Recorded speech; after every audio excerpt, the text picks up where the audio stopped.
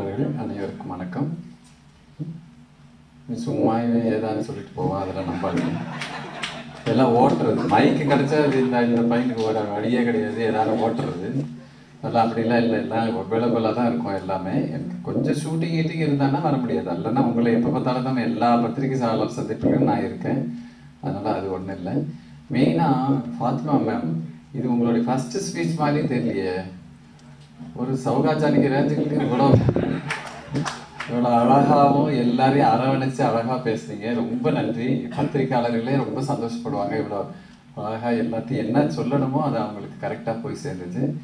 மெயினாக இதில் ரொம்ப பாராட்ட வேண்டியது விஜய் ஆண்டனியின் கதை தேர்வு. அந்த கதை தேர்வு தான் அவரை முன்னணியில் கொண்டு போயிட்டே இருக்கு. ஒவ்வொரு மியூசிக் டைரக்டர் நடிக்க ஆரம்பிச்சிட்டாங்க. இப்போ நீங்களாம் டைரக்டர்லாம் நடிக்கிறாங்கன்னா நாங்கள் நடிப்பு சொல்லி கொடுக்குறோம், அதனால நடிக்க வந்தோம். இவங்க வாத்திய கோஷ்டிக்கு எதுக்கு வெளியே வராங்கன்னு தெரியாமல் இருந்தோம். இப்போ அந்த கதையை கண்டுபிடிச்சோன்னே தெரிஞ்சிருச்சு, ஓஹோ இவங்களுக்கும் கதை நாலேஜ் இருக்குது. இப்போ அதனால அந்த கதையில் நான் ஏன் இருக்கக்கூடாது, நானாக அந்த பாத்திரமாக நடித்தா நல்லா இருக்குமேன்னு நினச்சி நடிக்கிறாங்க.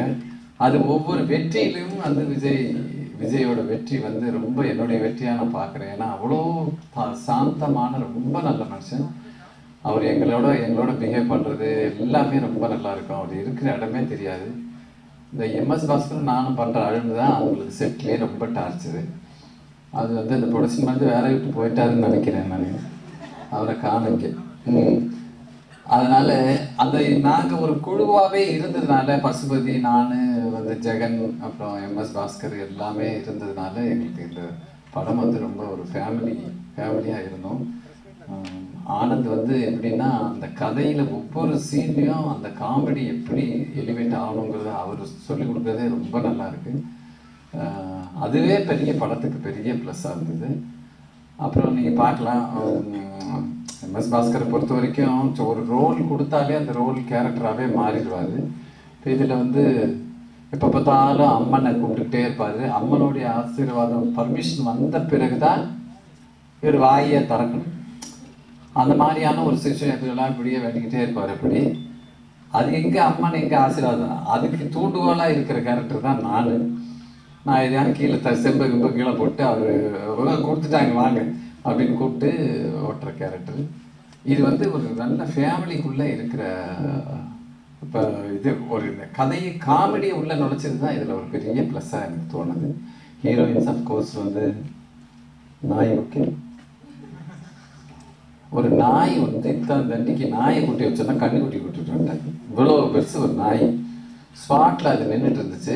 எல்லாருமே பேய் ஓட்டுற சீனு அதில் எல்லாமே நடிச்சிட்டு இருந்தாங்க. இந்த நாயை தான் கடிச்சிட போது கொஞ்சம் தள்ளி வைப்பா அப்படின்னு சொல்லிட்டு இருந்தோம்.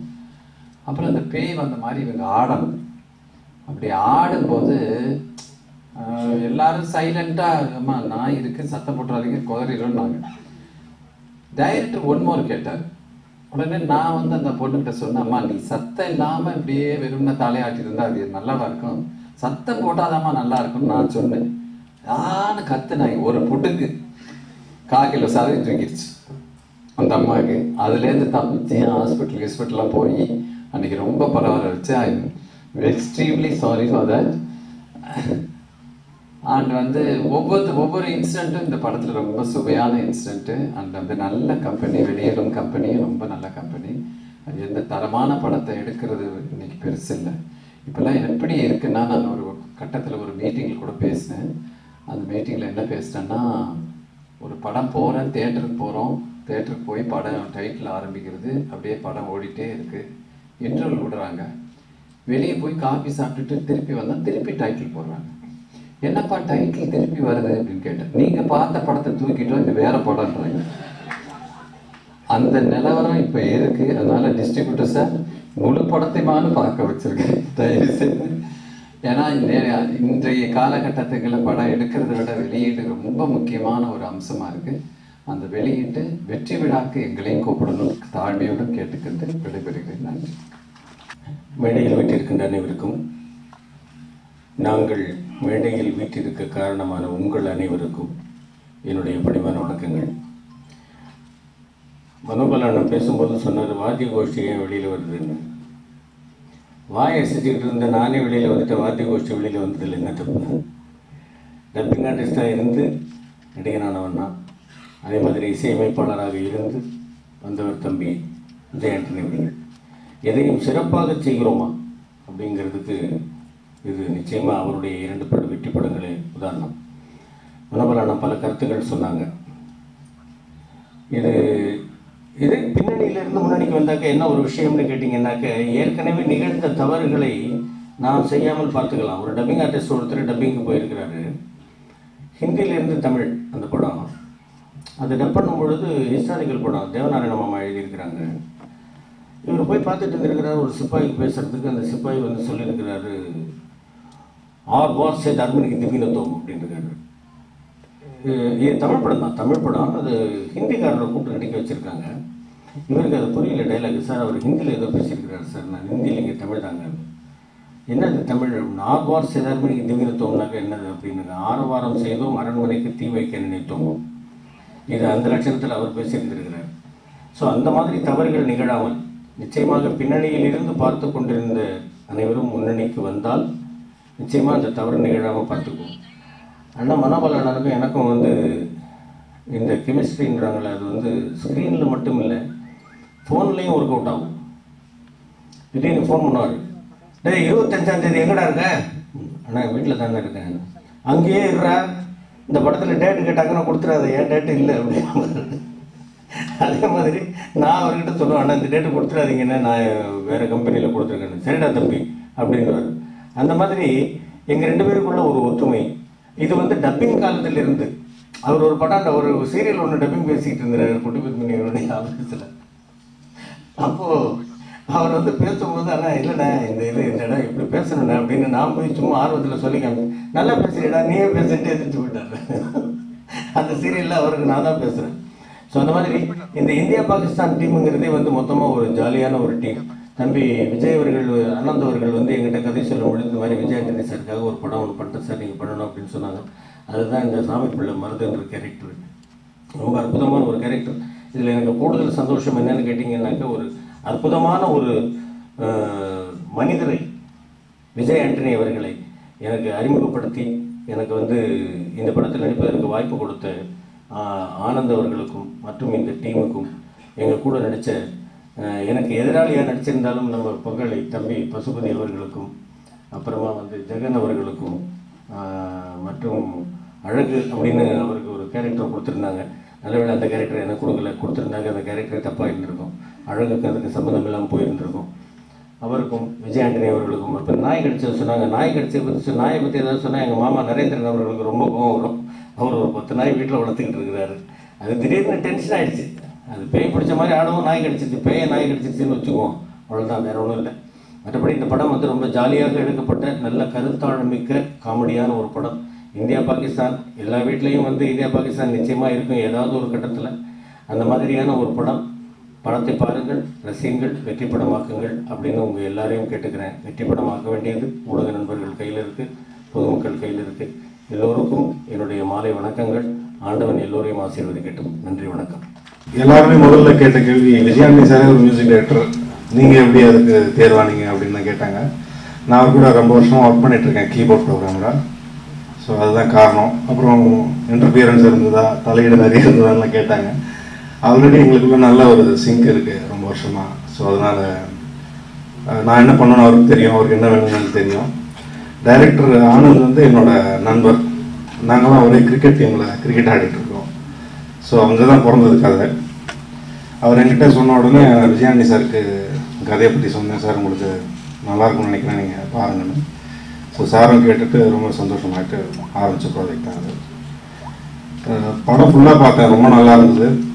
ஃபுல்லாக ஒரு காமெடி மட்டும் இல்லை, ஒரு நல்ல டீப் லவ் இருக்குது படத்தில். ஸோ நல்ல எமோஷன்ஸ் இருக்குது, எல்லாமே நல்ல பேலன்ஸான ஒரு நல்ல படம். எல்லோரும் பார்த்தீங்கன்னா கண்டிப்பாக என்ஜாய் பண்ணுவீங்க. ஒன் செகண்ட் மீடியா நண்பர்களுக்கு எல்லாருக்கும் ரொம்ப நன்றி. நீங்கள் நல்லா சப்போர்ட் பண்ணுவோம் அந்த படத்தை. தேங்க்யூ. ரொம்ப இன்ட்ரெஸ்டிங்கான ஒரு லவ்வை வந்துட்டு நம்ம காமெடி பேக்ட்ராப்பில் சொல்லியிருக்கோம். ஸோ இந்தியா பாகிஸ்தான் அப்படின்னும்போது அதுக்குள்ளே இருக்க லவ் தான் எனக்கு அதிகமாக தெரியும் சின்ன வயசுலேருந்தே. ஸோ அதனால தான் இந்த லவ்வையும் இந்தியா பாகிஸ்தான் உறவையும் ரொம்ப அழகாக காமெடி சேர்த்து இந்த படத்தில் சொல்லியிருக்கோம். அது ரொம்ப சப்போர்ட்டிவாக இருந்தது வந்துட்டு படத்துடைய ஆர்டிஸ்ட் எல்லாமே. நிறைய கேரக்டர்ஸ் படத்தில் ரொம்ப இம்பார்ட்டண்டான கேரக்டர் எல்லாமே. அந்த கேரக்டர்ஸ் எல்லாமே கரெக்டாக விஷுவலில் வந்துட்டு உயிர் கொடுக்கணுன்னா அது அந்த ஆர்டிஸ்ட் இருக்கணும்.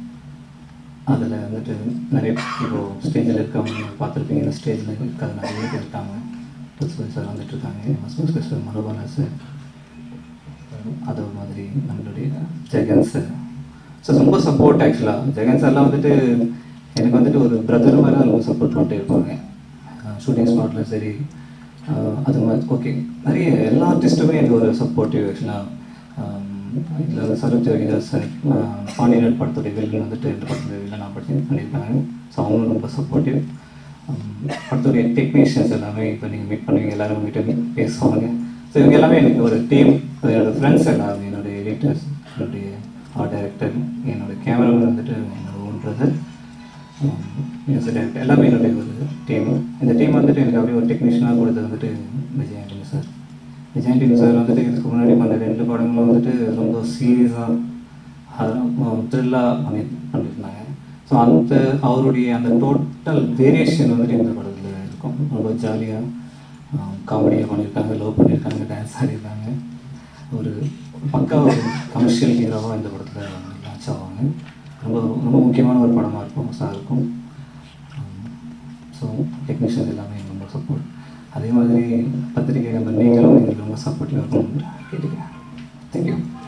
சண்டே இருக்கே ப்ரெஸ்காரங்கள் எல்லாம் ரொம்ப டிஸ்டர்ப் பண்ணுற மாதிரி இருக்குமே மேடம் அப்படின்னு சொல்லிட்டு, இல்லை கட்டாயம் வந்துருவாங்க அப்படின்னு சொன்னாங்க. ஆல்மோஸ்ட் ஃபுல் ஹவுஸ்ஃபுல்லாக இருக்குது. ரொம்ப நன்றி ஆக்சுவலாக சார். ஃபஸ்ட்டு ஏன்னா சண்டே வந்து ஃபேமிலியோடு இருப்பீங்க நீங்கள் எல்லாருமே அப்படின்னு சொன்னாங்க. எனக்கு சார் காலையில் சொன்னேன், வேணாம் டிஸ்டர்ப் பண்ண வேண்டாம், இல்லாட்டி தள்ள முடியுமா அப்படின்னு சொல்லிட்டு, இல்லை கட்டாயம் வச்சுட்டாங்க, பிஆர்ஓ சார் சொல்லிட்டாங்க கட்டாயம் வந்துருவாங்கன்னு சொல்லிட்டு.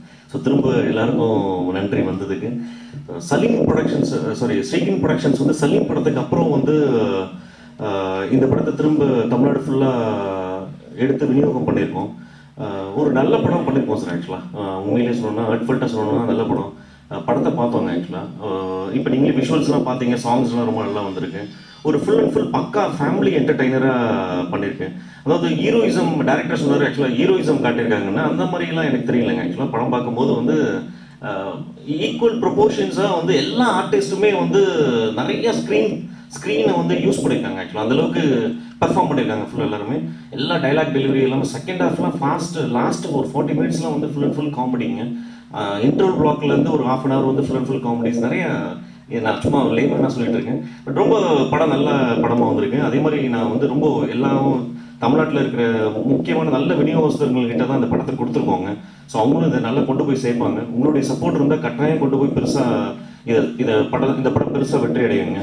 ஆல்மோஸ்ட் இந்த ஜனவரியிலேருந்து எல்லா படமும் நல்லா போயிட்டுருக்குன்னு சொல்கிறாங்க. அதே இண்டஸ்ட்ரிக்கு ரொம்ப பெரிய ஒரு ஹெல்த்தி சைன். ஸோ அதே இதில் இந்தியா பாகிஸ்தானும் கட்டாயம் வந்து ஒரு May 8 ஒரு ஸ்பிரிச்சுவல் டேட்டில் வருது. ஸோ கட்டாயம் வெற்றி அடையும்னு சொல்லிட்டு எல்லாம் உள்ள ஆண்டியம் வேண்டிக்கிறேன். உங்களையும் தாழ்மையுடன் கேட்டுக்கொள்கிறேன், இந்த படத்தை வந்து நல்லபடியாக கொண்டு போய் சேருங்க. உங்களால் முடிஞ்ச சப்போர்ட் எங்களுக்கு கொடுங்க. நன்றி, வணக்கம்.